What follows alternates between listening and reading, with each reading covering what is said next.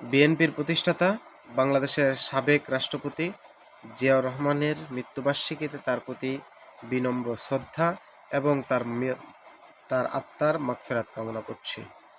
তিনি বাংলাদেশের সকল মানুষের জন্য একটি শ্রদ্ধেয় ব্যক্তিত্ব। তিনি শুধুমাত্র বিএনপির সম্পদ নয়, শুধুমাত্র বিএনপির প্রতিষ্ঠাতা নয়, তিনি সারা বাংলাদেশের মানুষের প্রতি ভালোবাসার অবস্থানে আছেন, এটা আমি বিশ্বাস করি। গণতন্ত্রের স্বার্থে, গণতন্ত্রের সৌন্দর্যে দল মত নির্বিশেষে মতপার্থক্য থাকতে পারে, কিন্তু তিনি বাংলাদেশের জন্য অনেক কিছু করেছেন, অনেক কিছু দিয়েছেন, ত্যাগ করেছেন নিজের জীবন।